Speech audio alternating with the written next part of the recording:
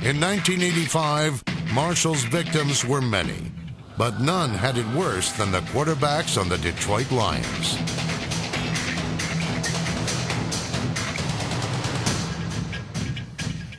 It was just the last game of the season, and we just wanted to play the game, but make a statement, and at the same time get out of it healthy. Lions quarterback Eric Hipple survived the onslaught and finished the game. The quarterback Hipple replaced wasn't as lucky. For whatever reason, Buddy called the blitz, and Wilbur Marshall took off. And Joe Ferguson, I don't think, ever saw him.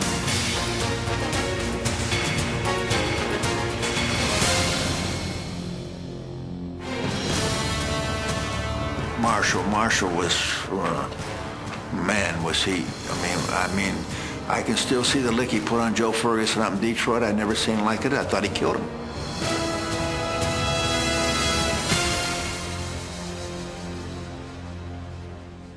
"30 years before Wilson and Marshall, the Bears' standout outside linebacker was Joe Fortunato. Fortunato played 12 seasons with the Bears and made the Pro Bowl 5 times. In 1966, his final season, he returned a fumble for a touchdown. 1966 marked the first season for another of the Bears linebackers, Doug Buffone. The strong side linebacker is the linebacker spot I play. That's the garbage guy. He takes the beat. He goes in there, gets no credit for anything, just goes in there, gets his brains beat in. Buffone played 14 years with the Bears, gathered over 1,200 tackles, and recorded 24 interceptions. The records, when I played, they didn't keep them, but I had 18 sacks one year. Despite his exploits, Buffone never made the Pro Bowl, primarily because he was overshadowed by the man who played next to him. The Bears have had many great middle linebackers, but only one can make our all-time starting 11, Dick Butkus. Butkus revolutionized the way defense was played from the moment he arrived. The first year that he began to play, he began to do things to runners that no one had ever done before.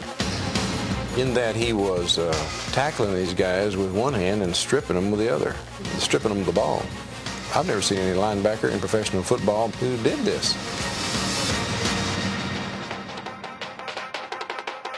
Butkus recovered a near-record 25 fumbles, and if records were kept for fumbles forced, he might very well be the all-time leader. Dick Butkus was huge. Dick Butkus was the biggest middle linebacker any of us had ever seen. At 6'3" and 245 pounds, Butkus treated opponents like rag dolls.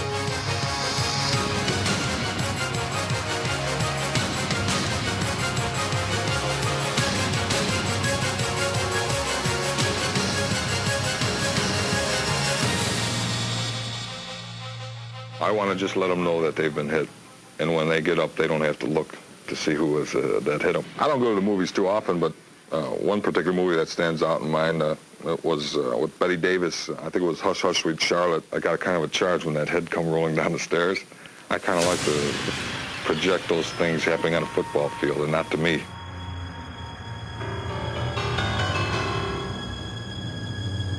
You had the feeling that he was serious, that it wasn't just a game.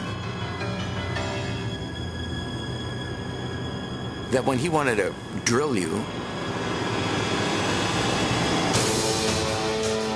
he really wanted to drill you, and probably would want to drill you when the game was over.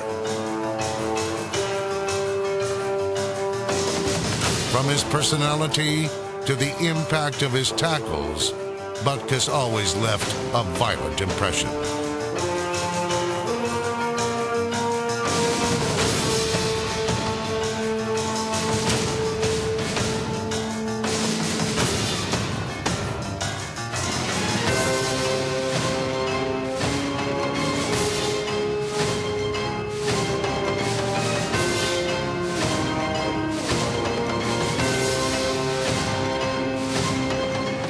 people in the training room after we played the Bears than any other opponent. Everybody was bleeding, bruised, marked up.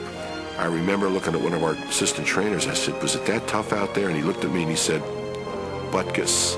And he was verbally abusive too. When I was a rookie, he said something to me one time, and it hurt my feelings, and it's bothered me all these years. I'm thinking, wow, that was really a mean thing to say.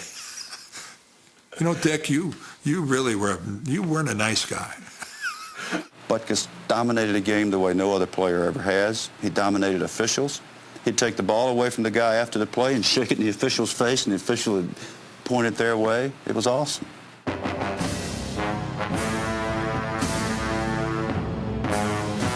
Even though he had an intimidating way about him, he also had a way of being in the right place at the right time. He was there many times before the blockers were ready and did a lot of what he did, not only because he had the physical attributes, but I think he had a great instinct. He was one of the most instinctive football players I think I've seen on the other side.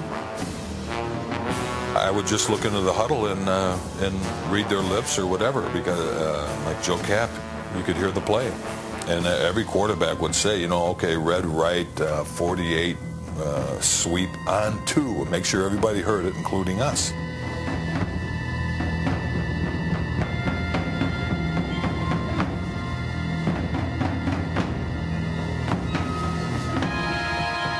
For Dick to run a 100-yard dash would take him 3 days. But I want to tell you something from that middle linebacker. 20 yards this way, 20 yards that way, 20 yards that way. I mean, nobody was quicker than he was.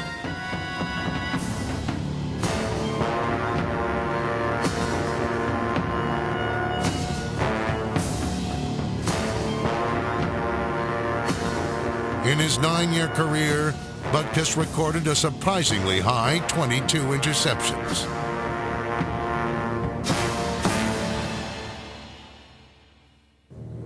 But in 1970, he was slowed down by a serious knee injury and never fully recovered.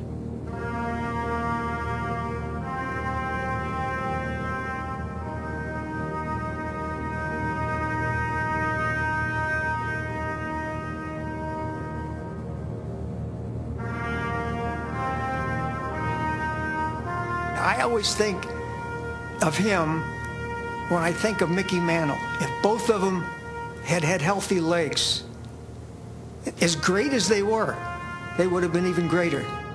He played 3 seasons on a bum knee, with his finest performance coming in the 1971 season opener, the first Bears game ever played at Soldier Field. On the Saturday before the game, they were playing Pittsburgh. The story was out. His knee was so bad that he was not going to be able to play. So we went to the game that Sunday and just expected someone to replace him, and he was out there. He not only was out there, the Bears fell behind by a couple of touchdowns. He turned the game around. Butkus intercepted Terry Bradshaw 2 times.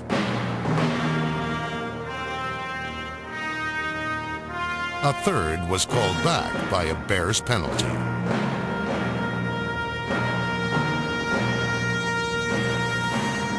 Down by 5 in the final minutes, he forced a fumble that led to the game-winning touchdown. There's nobody, no one as tough as Dick Butkus. Nobody.